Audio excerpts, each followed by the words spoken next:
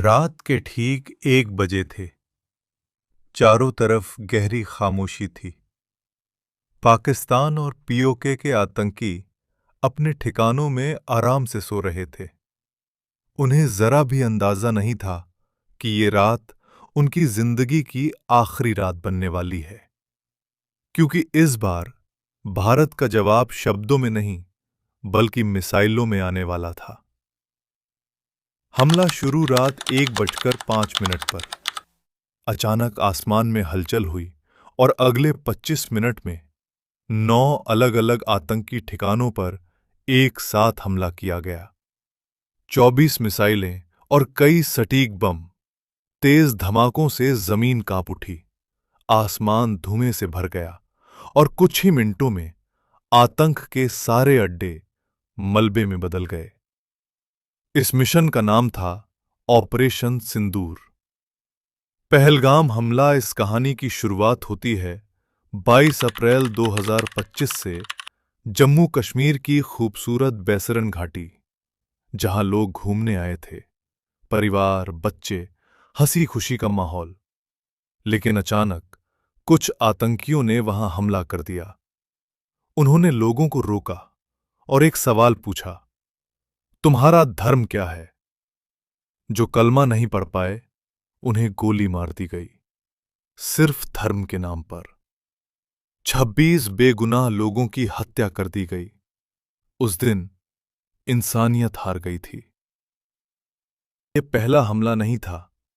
पहले भी भारत संसद हमला 26/11, उरी, पुलवामा जैसे कई दर्द झेल चुका था। लेकिन इस बार हद पार हो चुकी थी। भारत सरकार ने फैसला लिया, अब सिर्फ चेतावनी नहीं, सीधा जवाब दिया जाएगा। सबसे पहले भारत ने कूटनीतिक कदम उठाए। सिंधु जल संधि को निलंबित कर दिया गया। अटारी बॉर्डर बंद, वीजा रद्द और कई प्रतिबंध लगाए गए। दुनिया को साफ संदेश दे दिया गया, अब भारत चुप नहीं रहेगा। मिशन की तैयारी इसके बाद शुरू हुई। खुफिया एजेंसियों ने पाकिस्तान और पीओके में आतंकी ठिकानों की जानकारी जुटाई और फिर ऑपरेशन को मंजूरी मिल गई। 6 और 7 मई की रात भारतीय वायुसेना के राफेल, मिराज 2000 और सुखोई 30 तैयार थे। लेकिन खास बात यह थी, सभी हमले भारतीय सीमा के अंदर रहकर किए गए। ब्रह्मोस और हाईटेक बमों का इस्तेमाल हुआ। ड्रोन लगातार निगरानी कर रहे थे और फिर हमला शुरू हुआ। सबसे पहले मुजफ्फराबाद का आतंकी कैंप, फिर एक एक करके कोटली, सियालकोट, मुरीद के और आखिर में बहावलपुर का सबसे बड़ा हेडक्वार्टर।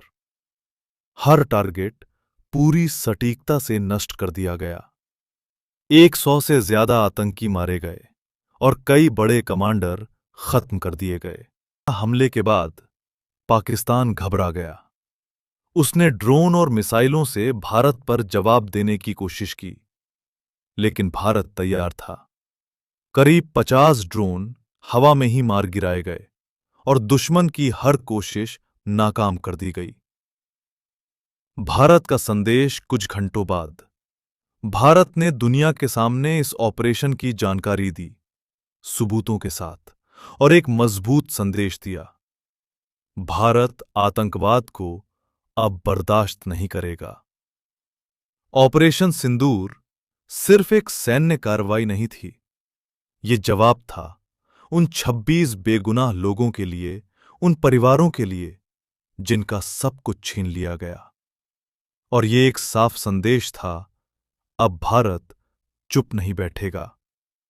जो भारत की तरफ देखेगा उसे उसी भाषा में जवाब मिलेगा।